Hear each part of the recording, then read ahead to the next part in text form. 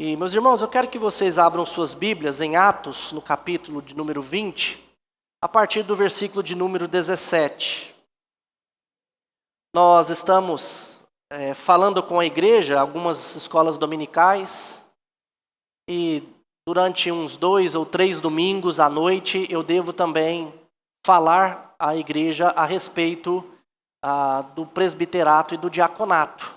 E hoje é um desses domingos que eu quero falar com a igreja, tendo em vista que nós vamos ter eleição para presbíteros e diáconos em agosto.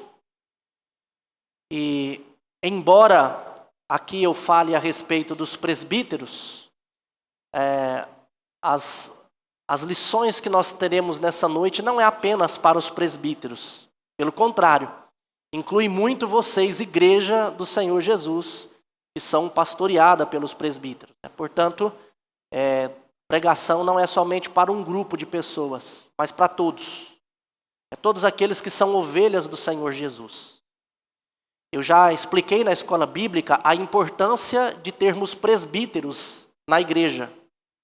A igreja que começou com os apóstolos que lançaram o fundamento da igreja, que é Jesus, estes apóstolos promoviam a eleição de presbítero em todas as igrejas, porque eram esses presbíteros que deveriam pastorear as igrejas. Nós não tivemos a substituição de apóstolos por outros apóstolos. Nós tivemos uma transição do legado. E, inclusive, os apóstolos se diziam presbíteros.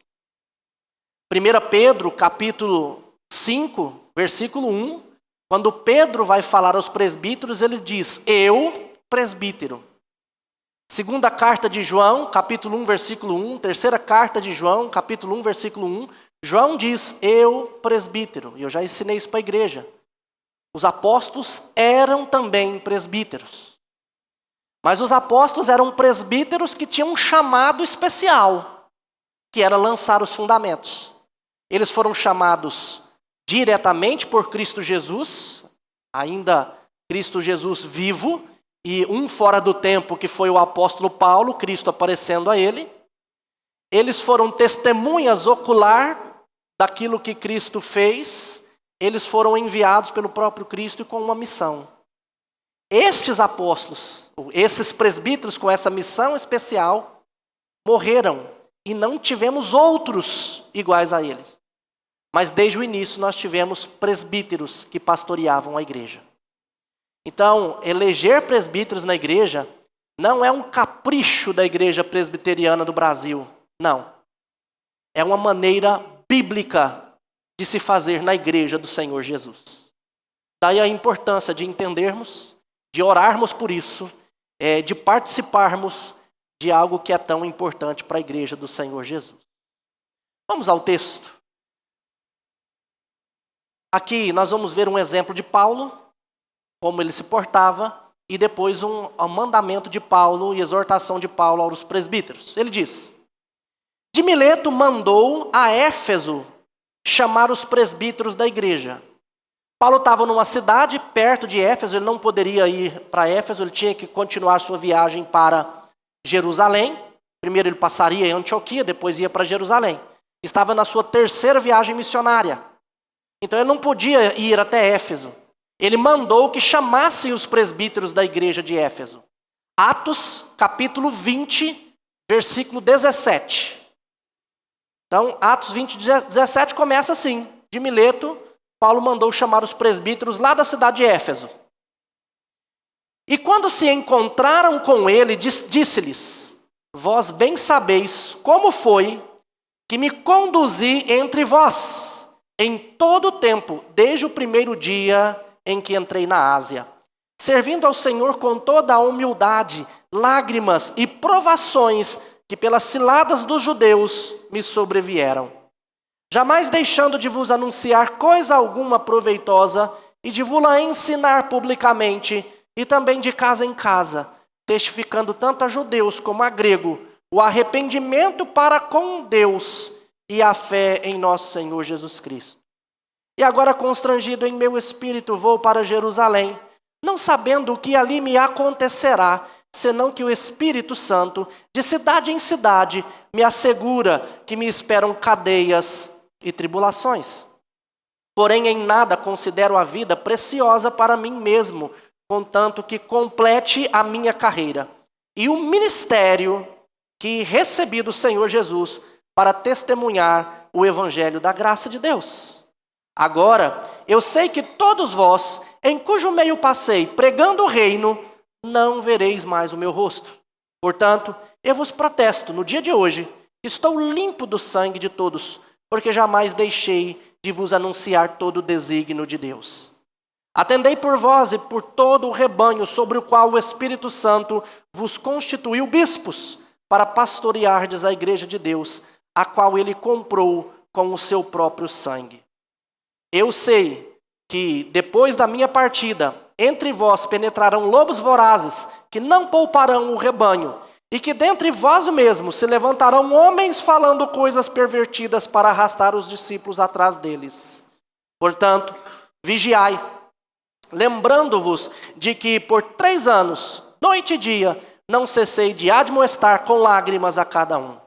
Agora, pois, encomendo-vos ao Senhor e à palavra da sua graça, que tem poder para vos edificar e dar herança entre todos os que são santificados. De ninguém cobicei prata, nem ouro, nem vestes. Vós mesmos sabeis que estas mãos serviram para o que me era necessário, a mim e aos que estavam comigo.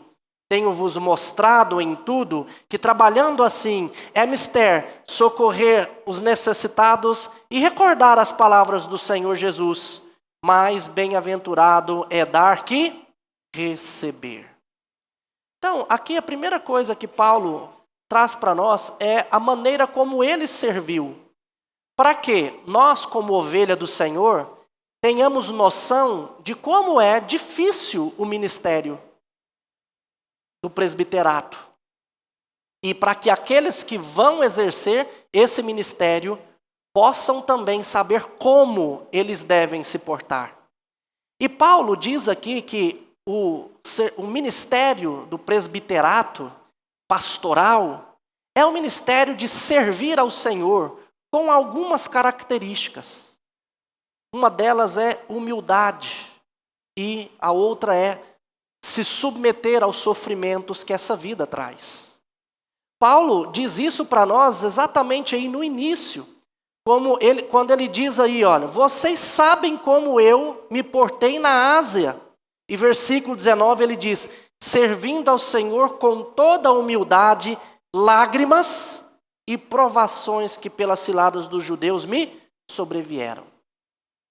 Ser presbítero numa igreja não é ser arrogante, não é ser altivo, não é ser um sabichão, aquele que sabe de tudo, não. Ser presbítero numa igreja é ser humilde. E ser humilde, eu sempre gosto de dizer que não é pensar menos de si, mas é pensar menos em si e pensar mais nos outros. Um grande desafio para todo cristão, mas que sobre os presbíteros pesa mais ainda, é olhar para si mesmo e ter um equilíbrio no que pensar.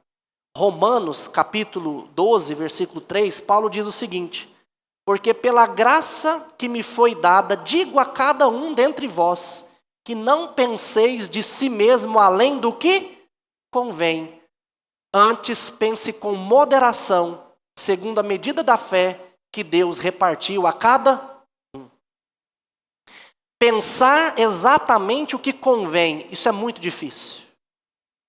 Geralmente, as pessoas vão para 2 extremos. Ou elas se acham demais, e aí vem a arrogância, a prepotência, a soberba, ou elas se acham de menos, e aí vem a angústia, o vitimismo e tantas outras coisas. Pensar com equilíbrio é ter humildade. E esse é um grande desafio. E Paulo se portava dessa maneira, e nós precisamos aprender a isso. Agora, não é somente isso que é um desafio, mas é, inclusive, enfrentar sofrimentos. O ministério traz lágrimas. Lágrimas, porque muitas vezes a gente vai ter que abrir mão daquilo que nós gostamos, nós vamos ter que deixar de fazer algumas coisas, nós vamos ter que enfrentar nós mesmos, e isso por si já traz sofrimento. Lágrimas, porque nós vamos ter que chorar com os que choram, nós vamos participar do sofrimento daqueles que choram. Ministério pastoral, eu sempre digo que a gente tem que tomar cuidado, porque às vezes você vai num velório de manhã e num aniversário à noite. E você então tem que tomar cuidado para não rir no velório e não chorar no aniversário. Porque os nossos sentimentos, eles precisam às vezes mudar conforme a vivência de todos. Chorar com uns, nos alegrar com outros. Agora, as lágrimas e os sofrimentos não é somente por isso. É porque muitas vezes nós podemos ser injuriados, perseguidos, e é o que acontecia ali com Paulo. Ele diz, olha, as lágrimas e as provações que me vieram por conta dos judeus que intentavam contra eles. Vai chegar momentos nos nossos dias, meus irmãos, que nós vamos ter que enfrentar muita perseguição, principalmente midiática. Porque falar a verdade, daqui a um tempo, vai custar dinheiro por conta de processos e, inclusive, talvez tenhamos que enfrentar até mesmo cadeias, aí, prisões, como Paulo enfrentou. Porque o mundo vai caminhando para isso e a gente tem que pensar a esse respeito. Portanto, aqui já fica uma reflexão e aplicação para você, igreja, com relação aos presbíteros. Você, igreja, precisa orar pelos presbíteros. Orar pelos oficiais da igreja deve ser algo corriqueiro na sua vida. Coloque isso na sua agenda de oração. Tire um dia na semana para você orar por isso, pelo menos. Ora, toda segunda-feira eu vou dobrar os meus joelhos e vou interceder pela liderança da igreja. Faça isso. Paulo era sustentado por orações. E ele contava com a oração dos irmãos. Quando ele escreve a sua segunda carta aos Coríntios, esta carta, a segunda carta que ele escreve, é uma carta que fala muito de consolo. E no capítulo 1, Paulo fala sobre isso. Que ele seria consolado, que as dificuldades renderiam glórias a Deus, por conta, inclusive, das orações dos santos que o acompanhariam. Portanto, nós precisamos fazer isso. Vocês, esposas de presbíteros, ajudem seus maridos. Ajudem-nos com as orações, não somente os presbíteros, mas os diáconos também. Ajudem-nos com as orações. Ajudem-no com aquilo que você pode auxiliá-lo para que ele consiga servir melhor a igreja.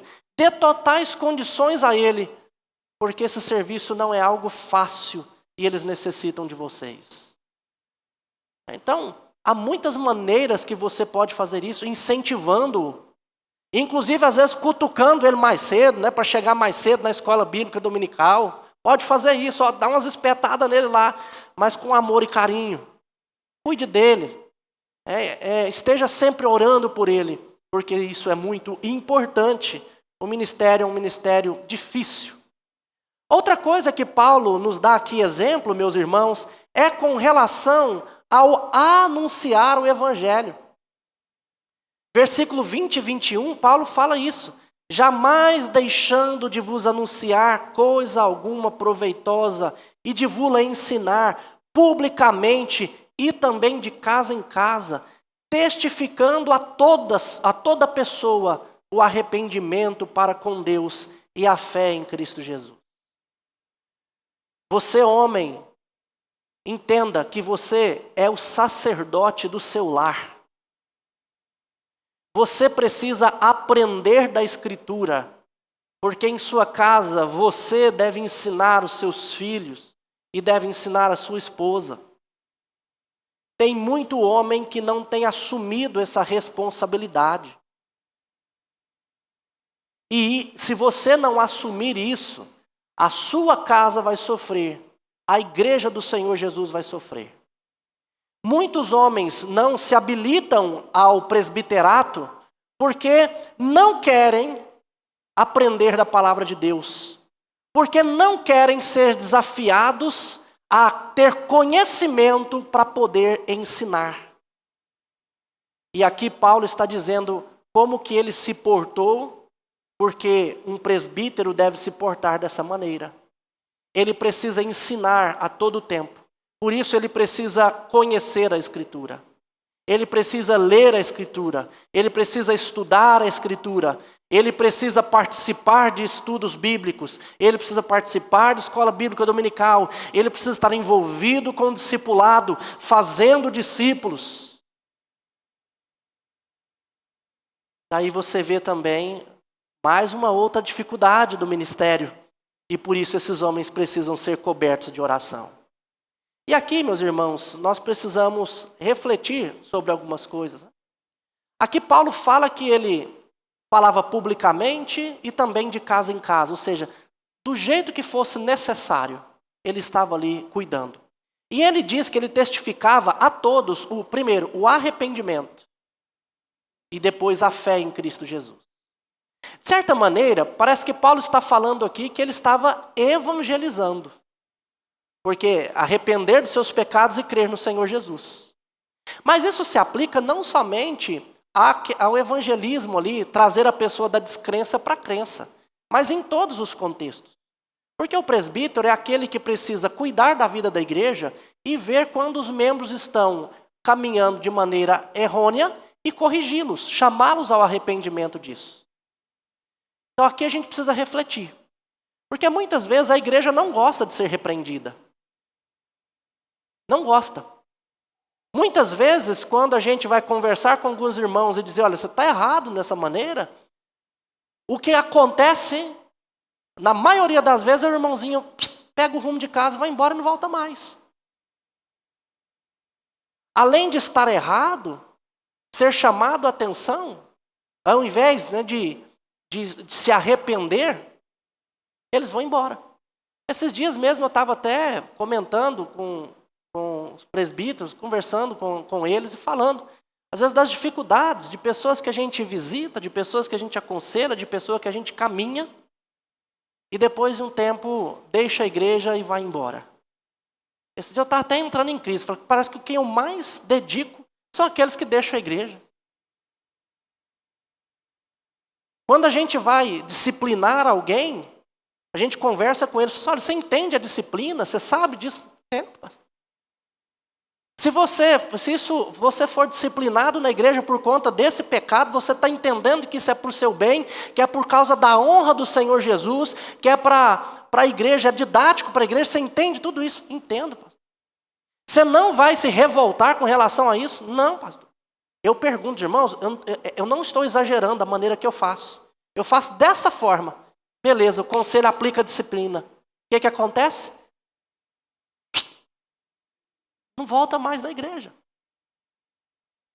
E aqui a gente precisa refletir, meus irmãos, porque ser presbítero não é fácil. Porque ser presbítero é também chamar a atenção das pessoas. É chamá-los ao arrependimento. É exortá-los, é dizer, meu irmão, você está faltando os cultos. Meu irmão, você precisa congregar mais. Lembra do que o escritor de Hebreus nos diz? Não deixeis de congregar como é costume de alguns. Meu irmão, você está trocando o Deus das bênçãos pelas bênçãos de Deus. O sofá que Ele te deu, a televisão foi Ele que te deu. E você fica lá na frente da TV e do sofá e não vem para a igreja. Às vezes a gente vai ter que falar isso com os irmãos. E ser presbítero é isso. Então, igreja, vai outra aplicação para você aqui nessa noite.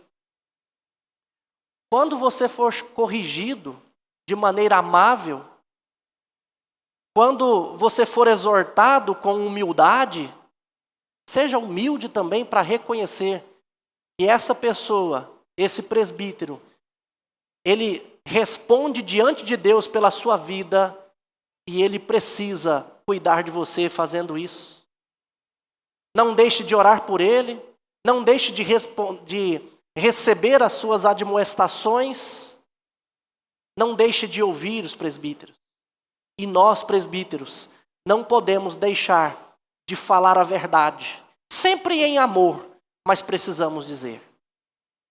Às vezes as palavras de Jesus que nós repetimos, porque não são as nossas palavras, às vezes elas vão ser duras.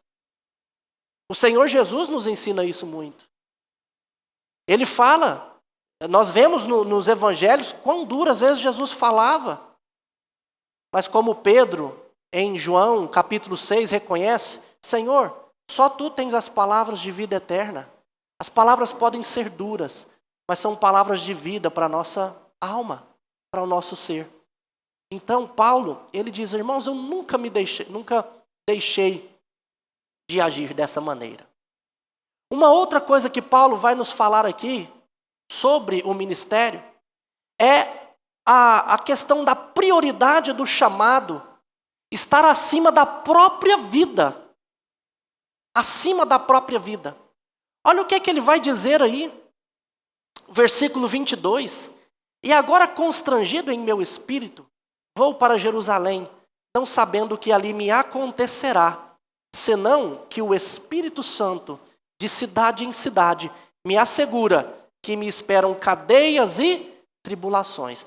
Paulo só tinha uma certeza, que ele ia enfrentar agora cadeias, tribulações. Ele não sabia exatamente o que seria, por isso que ele diz, eu não sei o que me espera, eu sei que é cadeia e prisão. Cadeia e prisão. Cadeia e prisão parece que para nós é a mesma coisa, né? Mas é porque cadeias eram aquilo que se colocava, né, nos braços, nos pés, né, aquilo que amarrava ali, né? Então, além de estar preso, ele estava também sob cadeias, né? Por isso que fala cadeias e prisões, né? Ou seja, ele estava amarrado, ele iria ser amarrado ali, aprisionado, acorrentado. E essa era a certeza de Paulo. Mas é interessante que Paulo sabe disso e ele está indo, porque o Espírito Santo disse para ele que ele precisava ir. Paulo tinha na cabeça que ele precisava chegar até Roma. E a maneira como ele chegou a Roma foi preso. E ali em Roma, preso, ele evangelizou não somente aqueles que estavam na cadeia, mas pessoas que estavam dentro da casa do imperador, dentro da casa de César, também foram evangelizadas, porque o soldado que estava uma vez ali, outra na cadeia, outro dia estava dentro da casa de César, e ele começou a evangelizar essas pessoas. Da prisão, Paulo em Roma escreveu 4 cartas a igrejas, pastoreando igrejas, pastoreando aqueles que ele tinha chamado também pastor. E ele precisava enfrentar isso. E Paulo vai. Ele vai e enfrenta. E olha o que ele diz no versículo 24. Porém, em nada considero a vida preciosa para mim mesmo, contanto que complete a minha carreira e o ministério que recebi do Senhor para testemunhar o evangelho da graça de Deus. Meus irmãos, isso se aplica a todos nós, não somente aos presbíteros, tá? Porque todos nós temos chamados, todos nós temos ministério. Por isso eu estou falando aos presbíteros, mas quero falar à igreja toda. Meus irmãos, o Senhor Jesus nos ensina, em Mateus capítulo 19, que o casamento é um chamado, é um ministério. Se você casou homem, preste atenção, o seu casamento, a sua família, é um chamado, é um ministério. E Paulo está nos ensinando que o que mais importa, que importa até mais do que a nossa própria vida, é cumprir o ministério para o qual fomos chamados. É por isso, meus irmãos homens, que quando Paulo escreve aos Efésios, no capítulo de número 5, e ele fala ali a respeito dos casados, ele diz que você, homem, deve amar a sua esposa como Cristo amou a igreja e a si mesmo se entregou por ela. O seu ministério é amar a sua esposa como Cristo amou a igreja. É estar disposto a se entregar por ela. É estar disposto a sofrer por ela, para santificá-la pela palavra de Deus, não é pela sua cabeça, por aquilo que você acha. O seu ministério é ensinar os seus filhos, porque Paulo, no capítulo 6 de Efésios, ele vai dizer isso, capítulo 6, versículo 4, e vós, pais, não provoqueis os vossos filhos a ira, mas criai-os na disciplina e na admoestação do Senhor. E a ordem de Paulo ali é para você, homem. E Paulo nos ensina aqui, meus irmãos, que o valor da vida não está em sua duração, mas em sua dedicação ao propósito divino. Uma vida valiosa não é uma vida que dura 100 anos, cento e tantos anos, não, meus irmãos. Ela pode durar 20 anos, porque o valor da vida é o quanto ela foi dedicada a servir o propósito de Deus. Então você, marido, pense nisso. Mas você, esposa, também tem o seu chamado de auxiliar o seu marido, de se submeter a ele. Eu já ensinei isso aqui, que submissão é se colocar debaixo da missão do outro. A mulher que se submete ao marido é a mulher que deixa o marido cumprir a missão dele, que é amá-la, cuidar dela. Às vezes a esposa dificulta. Às vezes a esposa não aceita o marido falar nada, mesmo que ele esteja dentro da Escritura. Às vezes a esposa não coopera com o marido quando ele chama para ler a Bíblia, para orar e entre outras coisas. Às vezes a esposa não tem sabedoria ao cobrar do marido a sua função, e ao invés de auxiliá-lo para que ele assuma, ela joga na cara, ela fala um monte de coisas, ela aponta. Lembre-se, você também, esposa, nós precisamos cumprir o nosso chamado. Paulo nos ensina isso. Isso é mais importante do que tudo. Não é somente no casamento, é também no nosso trabalho. Se você é um funcionário público, o Senhor colocou você naquele lugar para você fazer diferença ali. Se você é um empresário, você está naquele lugar também para fazer diferença. Eu sempre uso como exemplo um amigo que eu tenho, um empresário, que ele entendeu que o papel dele naquela empresa, e hoje ele tem ali mais de 1.000 colaboradores, o papel dele naquela empresa não é simplesmente arrecadar dinheiro, mas também é cuidar daquelas famílias, porque elas dependem daquele trabalho para sustentar a sua casa. Ele não pode quebrar, não é porque ele vai perder dinheiro, é porque se ele quebrar, se ele administrar mal, aquelas pessoas também vão sofrer com isso. Ele tem que ser justo com aquelas pessoas, porque eles são imagem e semelhança do Senhor. Portanto, ele tem que fazer as coisas para ela pensando nisso. Olha só a visão. Então, nós precisamos cumprir o nosso chamado em todos os lugares fazendo assim. Isso se aplica para tudo. Mas é difícil, meus irmãos, fazer isso. Eu me lembro de uma vez, que em uma reunião difícil, né? Nosso presbitério, a comissão executiva do nosso presbitério, reunida com um conselho de uma igreja, foi tratar ali com o conselho, eu li esse texto. E eu enfatizei isso. Falei, meus irmãos, nós fomos chamados para cumprir o nosso ministério e pastorear a igreja de Deus, está acima até mesmo da nossa própria vida. Ok, vamos lá, vamos conversar. E então, meus irmãos, abri a palavra. O primeiro disse, eu não quero mais passar essa humilhação. O segundo já falou de cá. Eu até anotei aqui as falas, porque no dia eu anotei as falas, né? O segundo já disse, eu não aguento mais deixar de fazer o que eu quero por causa do trabalho da igreja. Aí veio o outro e disse, se for para continuar enfrentando isso, eu prefiro sair da igreja. E eu estava pensando assim, gente, será que eles não prestaram atenção no que eu acabei de dizer?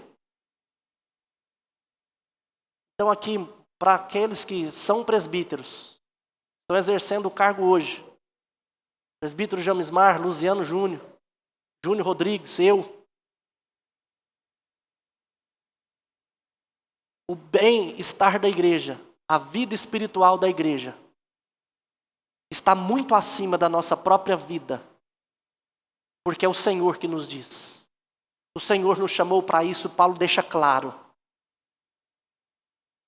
Portanto, nós precisamos fazer aquilo que nos cabe, porque o Senhor é mais importante do que tudo nessa vida.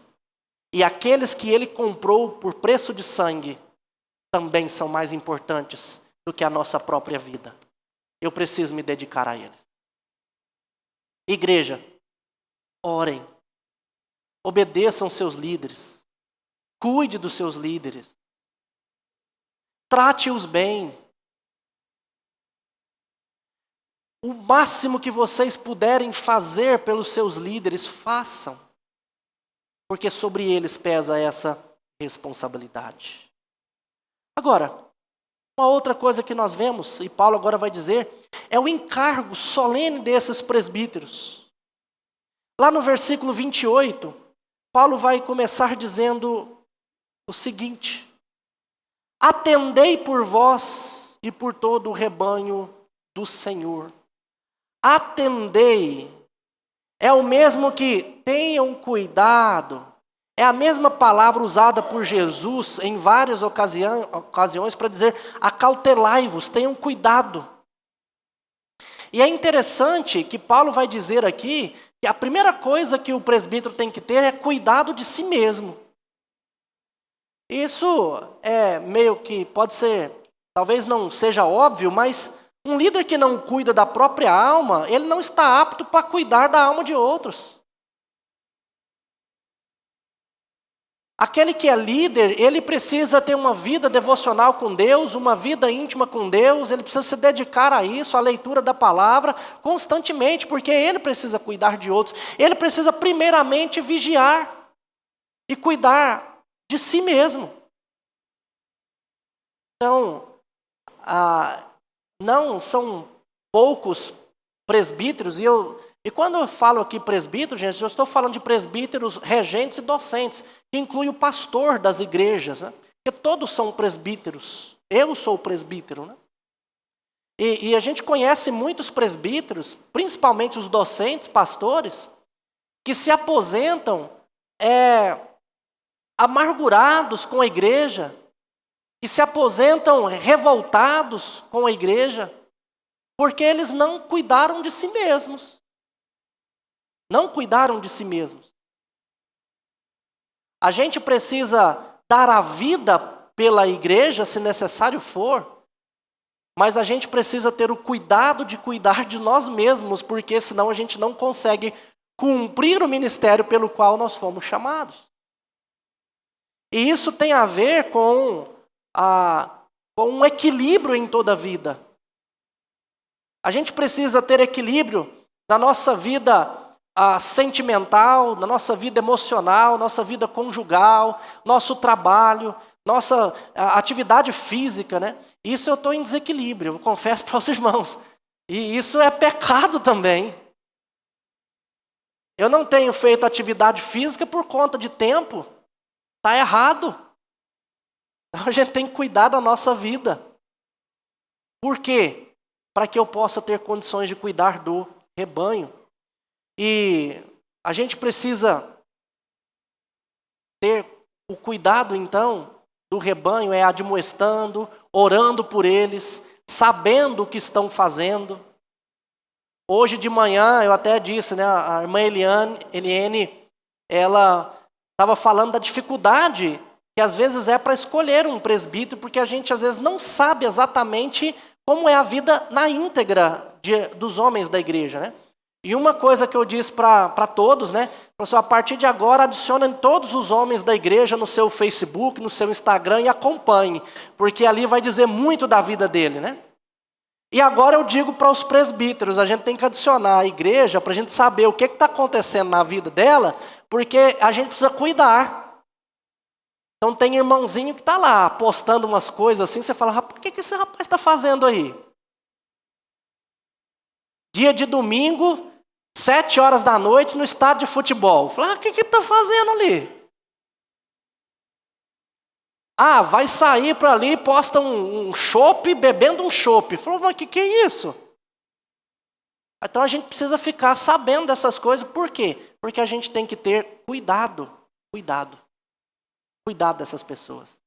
Mas a vigilância que Paulo também nos diz aqui, meus irmãos, tem a ver principalmente com questões de doutrinas, de ensino. Olha só, versículo 29. Eu sei que depois da minha partida, entre vós penetrarão lobos vorazes, que não pouparão o rebanho. Paulo está falando de pessoas que vêm até a igreja para causar dano. E hoje, antigamente era assim, principalmente nas igrejas pentecostais, né? Eram os pregadores itinerantes. Então eles ficavam meio cuidados porque o camarada está ali na igreja, ele faz um estrago e vai embora. Então eles tinham cuidado com isso, né? Agora hoje, não precisa mais não. Não precisa ser pregador itinerante. Por conta da internet, olha só, onde a gente mais tem besteira sendo dita. WhatsApp, Facebook, Instagram, YouTube. E aí a pessoa pega lá e ouve um camarada eloquente dizendo algumas coisas que massageiam o nosso ego, e tem muito crente caindo nisso. Eu não esqueço de uma vez, o pastor Augusto Augusto Nicodemos, dizendo que uma vez uma pessoa chegou para ele e disse, olha, os meus dois principais pregadores é o senhor e o Edir Macedo. Como assim? Então, muitas vezes a igreja, ela não atenta que coisas que ela ouve por aí, pode até fazer sentido e você gostar. Mas tomem cuidado. Lobos vorazes vão penetrar no rebanho. E isso pode acontecer por aquilo que você ouve por aí, por aquilo que você lê por aí, aquilo que você assiste por aí. E os presbíteros precisam estar atentos com relação a isso. E não é só de lá para cá, mas muitas vezes pode acontecer de dentro mesmo. Eu acho que a maioria da igreja não estava presente aqui, ainda era o templo antigo, se eu não me engano, aí 2018 ou 2019. Chegou um camarada na igreja aqui e começou a levantar na escola bíblica dominical e começou a questionar a igreja presbiteriana, questionar a Bíblia, questionar as coisas. Eu respondia para ele, sempre muito tranquilo como eu sou. Mas o cara começou a ser insistente naquilo. E eu comecei a conversar com ele, falei, mas se você não está concordando tudo, por que você vem para a igreja então? Por que você me ouve? Sabe o que ele disse para mim? Ele falou assim, porque o senhor é o menos herege que eu conheço. Rapaz, não tem lógica. E eu dedicando ali, cuidado com ele, e de repente eu fico sabendo que o camarada criou um grupo de WhatsApp na nossa igreja que começou, alguns aqui podem ter participado disso, que ele adicionou lá, e começou a disseminar as ideias dele por grupo de WhatsApp. Meus irmãos, eu fui todo paciencioso nas participações da igreja, mesmo ele me chamando de herege, sempre paciente, mas no dia que eu fiquei sabendo disso, na porta da igreja eu falei para ele, aqui você não vai ser recebido. E se você não se converter disso, você vai para o inferno. Você é um maldizente. Você é uma pessoa que não é crente. E aqui você não vai ficar. Eu me lembro que alguns irmãos passaram ali na porta e viu mandando o homem para o inferno. Eles ficaram meio ressabiados comigo. Mas meus irmãos, o Espírito Santo tem ciúme de nós. E nós, como pastores da igreja, também precisamos ter esse tipo de ciúme. Ciúme é cuidado, no sentido de cuidado. E ai daquele que quiser flertar com vocês, fazendo com que vocês acreditem em doutrinas que não são bíblicas. Ai deles, porque eu nunca vou aceitar. E nós, presbíteros, não devemos aceitar. Não é fácil, difícil, nós precisamos vigiar dia e noite por isso. Mais uma vez, necessitamos ou não necessitamos de orações, meus irmãos? Muito. E por último, eu quero mostrar aqui a vocês também o poder da graça e a bênção de poder doar, de dar àqueles que necessitam. Meus irmãos, o que vai nos capacitar, como eu disse, também são as orações de vocês, porque as orações de vocês serão feitas ao Deus do céu, que é quem nos fortalece. E olha o que Paulo vai dizer aqui no versículo 32. Agora, pois, encomendo-vos ao Senhor e à palavra de sua graça, que tem poder para vos edificar e dar herança entre todos os que são santificados. Aqui, homem, lembra que eu disse a você o seu papel na sua casa, com a sua esposa e com os seus filhos? Não é um papel fácil, não. Mas eu quero te encorajar a tomar a decisão de ser o homem que Deus deseja que você seja, de cumprir o seu chamado, o seu ministério, porque quem capacita é a palavra dele, é o próprio Deus. A palavra da graça é isso que Paulo está dizendo aqui. Quem nos capacita a pastorear a igreja é o próprio Deus. Quem nos capacita a chorar com os que choram é o próprio Deus. E Paulo está dizendo, olha, vocês viram como eu me portei, vocês sabem o que vocês têm que fazer, mas fiquem tranquilos porque eu encomendo vocês a palavra de Deus. Ela é que pode edificar vocês, sustentar vocês, fortalecer vocês. Mulheres, vocês podem cumprir o chamado de vocês em todos os lugares. Homens, em todos os lugares, aqui na igreja, o nosso chamado. E podemos fazer isso de maneira louvável, porque a palavra de Deus pode nos capacitar a isso. Meus irmãos, o que vai nos trazer força não é nem prata, nem ouro, nem promessa de Deus nenhuma, mas é a sua própria palavra. Paulo diz aqui, olha, de ninguém cobrecei prata, nem ouro, nem vestes. Vós mesmos sabeis que muitas vezes Paulo trabalhou para levantar o seu sustento, não foi sustentado pela igreja. Porque o que o motivava e o capacitava não era aquilo que ele poderia receber de Deus. Infelizmente, muitos crentes não têm cumprido o seu papel, não têm cumprido o seu chamado, porque ficam esperando as bênçãos de Deus, querem receber bênçãos de Deus. Eu nunca vi uma campanha de 7 dias, ou de 7 semanas, ou de 50 dias, para que eu possa ser um crente melhor, para que eu possa dar, para que eu possa fazer. Eu sempre vejo campanhas para a pessoa receber. Campanhas de 50 dias aos pés do Senhor para herdar a bênção. Campanha de 7 semanas para eu ser restabelecido nisso, para eu ser restabelecido naquilo outro. Eu não vejo campanhas para a gente poder sair de nós mesmos, despirmos a roupa velha, vestirmos a roupa nova. Não vejo campanhas para que eu consiga negar a mim mesmo, tomar a minha cruz dia a dia e seguir o Senhor Jesus. Não vejo. Porque as pessoas querem sempre receber. Mas uma coisa que nós precisamos aprender está aí, ó. Versículo 35. Tenho-vos mostrado em tudo que trabalhando assim é mister socorrer os necessitados e recordar a palavra do próprio Senhor Jesus. Mais bem-aventurado é dar do que receber. Meu irmão, quando nós mudarmos a nossa mentalidade, e entendermos que nós temos mais do que merecemos, nós vamos começar a desejar menos e começar a doar mais. Nós vamos começar a sofrer menos por aquilo que nós esperamos e a nos alegrar mais por aquilo que fazemos.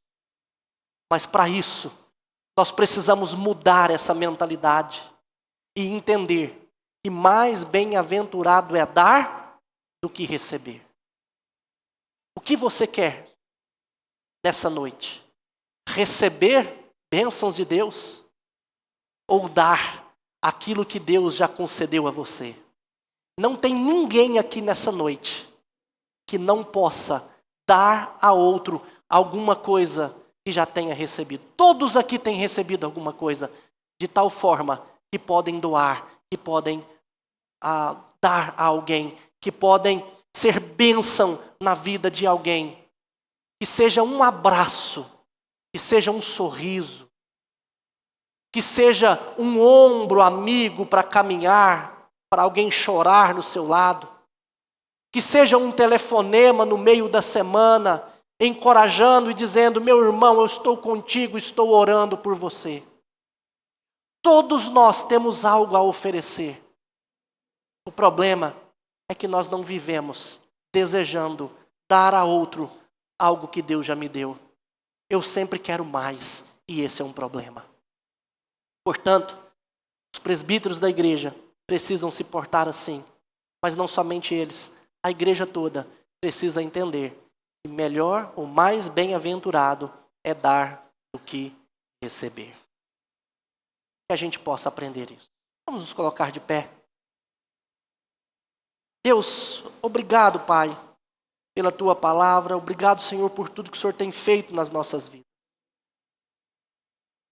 Quero agradecer ao Senhor, ó Pai, porque o Senhor tem nos dado tanto. E quero confessar ao Senhor e pedir perdão ao Senhor, porque mesmo tendo recebido tanto, nós temos feito pouco. Deus, que o Senhor nos capacite, nos encoraje a fazer pelo outro, a ajudar uns aos outros. É o que nós pedimos ao Senhor. E que a igreja, ó Deus, nesse lugar, possa crescer mais e mais, sendo abençoada pelo Senhor Jesus. É o que nós rogamos ao Senhor nessa noite. E agora, irmãos, que a graça do nosso Senhor e Salvador Jesus Cristo, Filho, e o amor de Deus, o Pai, e que a eterna comunhão do Espírito Santo repouse sobre vós hoje e para todo sempre. Amém. Amém. A igreja pode se assentar.